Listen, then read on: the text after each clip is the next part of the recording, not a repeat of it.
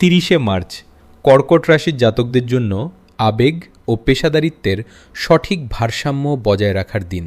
চন্দ্রের প্রভাবে আজ আপনার সৃজনশীলতা বাড়বে এবং কর্মক্ষেত্রে আপনার পরিশ্রমের যথাযথ স্বীকৃতি পাবেন।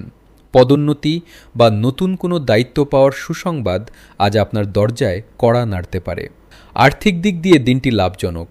শেয়ার বাজারে বিনিয়োগের জন্য আজকের দিনটি বেশ শুভ হতে পারে।